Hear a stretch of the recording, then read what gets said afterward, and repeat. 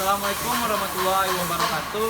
Kenalkan, nama saya Noval Alimka, NIM 19073057. Mata kuliah sensor dan transducer, kode seksi 0037. Baiklah, kali ini saya akan menjelaskan komponen-komponen sensor yang ada pada engine Toyota Avanza.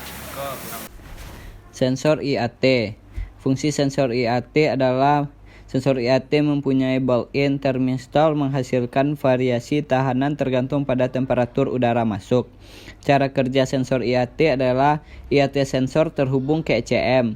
Tegangan sumber 5 volt pada ECM digunakan IAT sensor dari terminal TMA melalui tahanan R. Tahanan R dan IAT sensor dihubungkan secara seri. Jika harga tahanan pada IAT sensor berubah berdasarkan perubahan pada temperatur udara masuk, tegangan pada terminal TH juga berubah. Berdasarkan dari sinyal ini, ECM menambah volume injeksi bahan bakar untuk memperbaiki pengendaraan selama kerja mesin masih dingin. Fungsi oksigen sensor adalah melakukan pendeteksian secara rinci terkait jumlah oksigen di dalam gas buang. Dan hasil deteksi tersebut, komponen ini akan mengirimkan sinyal ke bagian unit kontrol mesin atau disebut juga ECM. Selanjutnya ECT sensor atau engine coolant temperature. Engine coolant temperature berfungsi untuk mengetahui suhu atau temperatur cairan pendingin pada mesin. Cara kerja ECT sensor adalah ECT sensor bermula dari ECU atau ECM mobil. ECU memiliki tegangan referensi sebesar 5 volt. Tegangan ini kemudian dialirkan ke sensor. Pada saat sensor mendeteksi perubahan temperatur, perubahan resistensi pada termistor juga akan terjadi. Dengan demikian, merubah potensi yang menjadi data dari ECT masuk ke ECU.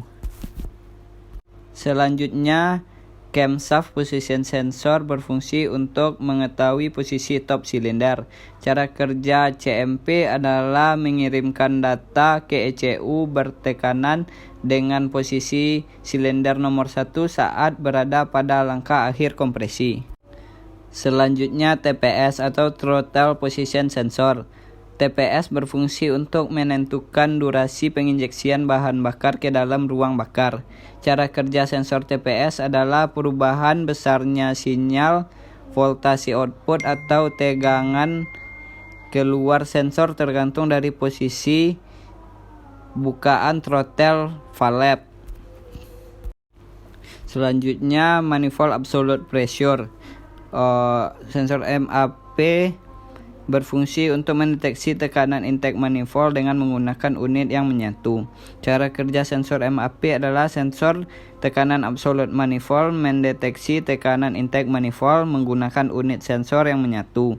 ECM menentukan durasi injeksi dasar dan penginjeksian timing injeksi berdasarkan pada output voltase dari sensor tekanan absolute manifold. Selanjutnya, sensor ISC atau Idle Speed Control. ISC berfungsi mengontrol putaran mesin dengan menambah atau mengurangi volume udara yang ada di bypass oleh throttle valve.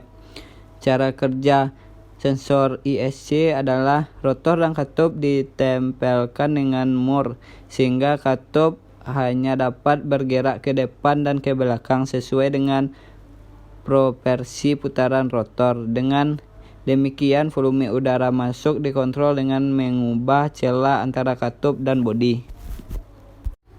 Selanjutnya, VCV atau Vacuum Switching Valve. VCV berfungsi untuk membuka saluran uap bensin dari tangki melalui charcoal kanister. Uap bensin dari tangki tersebut akan ikut terbakar di dalam mesin. Katup VCV biasanya bekerja setelah kondisi mesin sudah panas. Selanjutnya, sensor OCV atau Oil Control Valve. Oil Control Valve berfungsi untuk mengatur besan tekanan hidrolik yang akan diteruskan ke advance chamber di dalam VVTi controller, serta bisa mengatur pula posisi spool valve sesuai sinyal duty dari ECU. Selanjutnya ignition coil. Ignition coil berfungsi untuk busi membuat percikan bunga api di dalam silinder. Cara kerjanya, ECM menentukan timing pengapian dan menentukan sinyal pengapian ke silinder. ECM membuat on dan off power transistor yang terdapat dalam igniter, yang bertugas men-switch on dan off arus primer coil. Pada saat arus primer coil diputus, dibangkitkan tegangan tinggi dan sekunder coil, dan voltase digunakan busi membuat bunga api di dalam silinder. Selanjutnya CKP atau crankshaft position sensor berfungsi untuk membangkitkan sinyal dan mengirimkannya ke ECM untuk mendeteksi sudut crankshaft dari putaran mesin. Cara kerjanya adalah sensor ini membangkitkan 30 sinyal setiap kali mesin berputar. ECM mendeteksi sudut crankshaft dan putaran mesin berdasarkan pada sinyal maupun berdasarkan silinder pada kombinasi sinyal N1 dan sinyal N2. Selanjutnya ada fuse box. Fuse box berfungsi sebagai tempat lalu lalang arus listrik sekaligus pengaman bagi sistem kelistrikan kendaraan. Fuse box biasanya berada pada ruang mesin dan ada juga berada di bawah dashboard pengemudi. Selanjutnya ECU. ECU adalah komponen mobil yang berperan sebagai sirkuit elektronik utama dalam suatu mobil. ECU akan mengendalikan aktuator yang menggantikan sistem mekanis seperti injektor, electric fan, VVT, dan yang lainnya. Selanjutnya knock sensor.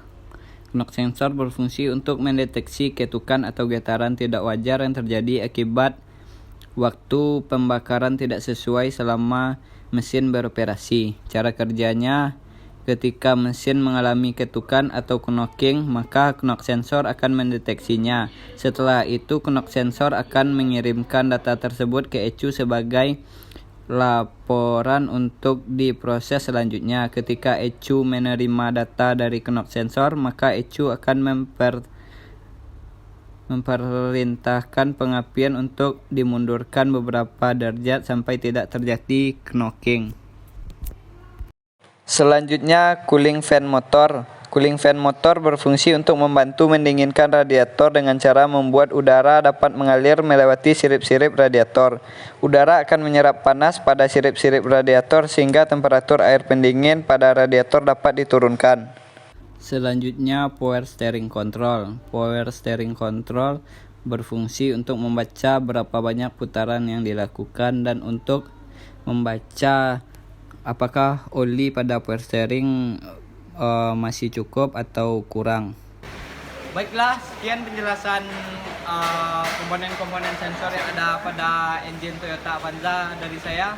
Apabila ada kesalahan, saya mohon maaf. Saya akhiri dengan wabillahi taufiq wal hidayah. Assalamualaikum warahmatullahi wabarakatuh.